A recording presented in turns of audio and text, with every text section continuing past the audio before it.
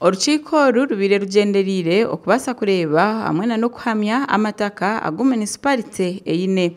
Ori Principal Education Officer wa Masindi Municipality Sam Peter Ayebare ayorekero kukwatwaho ahabo kweyongera kw'abantu abari kutahirira amataka agari hamashomero ga government. As a head of education here, I've had several challenges where school land has been encroached by somebody saying thieves of land. Now, at one time there was this program of GeoMaps that came and surveyed all school land, but they stopped there. Now my question is Land Commission coming back to help these schools title land that they occupy?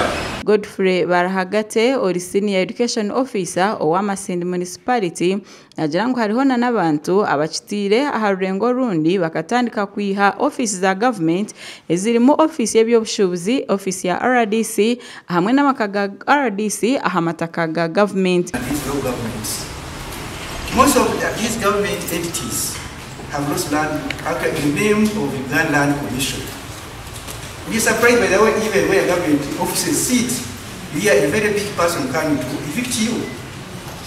We wonder where are we living. For example, I will begin with one. We have our trade office here.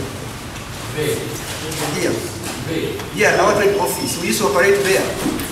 Somebody came and had to take that land. Augustine Ojara ori commissioner mu Uganda Land Commission nagira ngo obwa hati nibija kureba ngo bashajika amatendekero agarima amashomero ahamwe na nebindi ebya government okwasa kutunga ebyapa.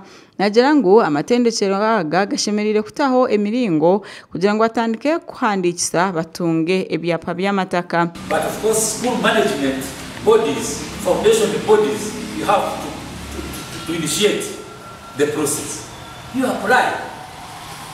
Say, Kabalega, you have handled a lot of issues that Kabalega, including the conflict of the Taka area. It was between you and we need to receive that decision of the end. But we managed, we had to register schools. Dennis Musinguzi ori Principal Lands Officer o Ministry y'Amataka nagira ngo aba ministry obwa hati bashabire ba town clerks kurango bahereze ebyo ne biri kwetenga amataka ga government rero base kutunga ebyapa. So managing government land are not unique to Uganda. Even in the first world, in the UK, in Australia, there recently, they have challenges regarding management of government land, and they are virtually the same for the state. Agarukire yabagira ngo abo bona abulizi zabo zahwireho bashemere kugenda bakagaruka bakazihandikisa ari kugira ngo abinji zikahwaho kare. We have leases like you mentioned and have not been updated. I think I usually see very many files from Masindi, especially for that So we call upon all those who have not updated their records to come and update their records. Ojara Ruchika ori commissioner agarukire yagira ngo government ishemere kurenga yataho emiringo eyo kubasaguma eine ebihandiko bishire eby'amataka gabo. We are developing a comprehensive government land inventory to create a complete, accurate and verifiable record of all government land.